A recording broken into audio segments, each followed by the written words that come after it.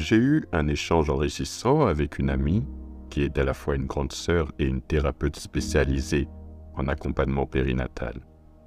Nous avons abordé de nombreux sujets passionnants, tels que la spiritualité, l'énergie féminine, la masculinité et les différentes crises identitaires. Notre conversation fut riche en réflexions et en idées, et je suis ressorti de cet échange avec une nouvelle perspective sur ces thèmes fascinants. Soudain, alors qu'elle abordait le thème du traumatisme, j'ai été pris d'une sorte d'épiphanie, un voyage imaginaire dans les profondeurs de l'esprit féminin. Souvent, nous parlons des traumatismes que nous avons vécus, mais que dire de ceux que nous avons reçus? Certains experts évoquent d'ailleurs la notion d'héritage traumatique, une idée fascinante qui mérite d'être explorée. En plongeant dans les eaux troubles de la psyché, nous pourrions peut-être mieux comprendre les mécanismes complexes qui sous-tendent notre vie émotionnelle.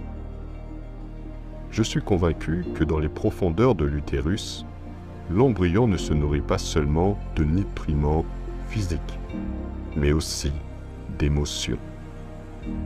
Autrement dit, chaque état émotionnel, qu'il soit positif ou négatif, est transmis au fœtus en gestation. C'est sur cette base que repose le phénomène fascinant du déni de grossesse. L'enfant, imprégné des émotions de sa mère, se met instinctivement en retrait pour ne pas la perturber. Cette idée soulève de nombreuses questions sur la façon dont nos émotions et nos pensées peuvent influencer notre santé mentale et physique, même avant notre naissance. C'est un sujet de recherche passionnant qui ouvre de nouvelles perspectives sur le développement de l'être humain dès ses tout premiers jours de vie. Cette réflexion m'a conduit à penser que lorsqu'une femme donne naissance à un enfant, elle transmet bien plus que sa seule chair et son sang. En effet, elle engendre aussi ses propres états émotionnels à travers ce petit être fragile qui vient de voir le jour. C'est une idée puissante et profonde qui nous rappelle que nos enfants sont une extension de nous-mêmes et que chaque émotion que nous ressentons peut avoir des répercussions sur leur bien-être. Cela renforce l'importance de prendre soin de nous-mêmes en tant que parents pour offrir à nos enfants un environnement émotionnel sain et sécurisant.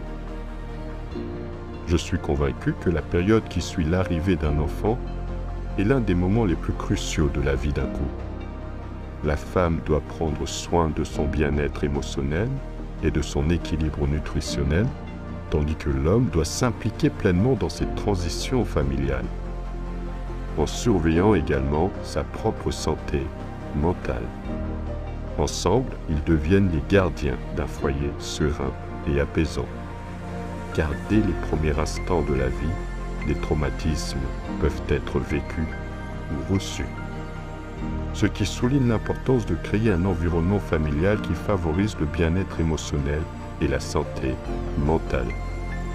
C'est un défi de taille, mais en travaillant ensemble et en prenant soin de soi et de l'autre, il est possible de bâtir un foyer heureux et épanouissant pour toute la famille.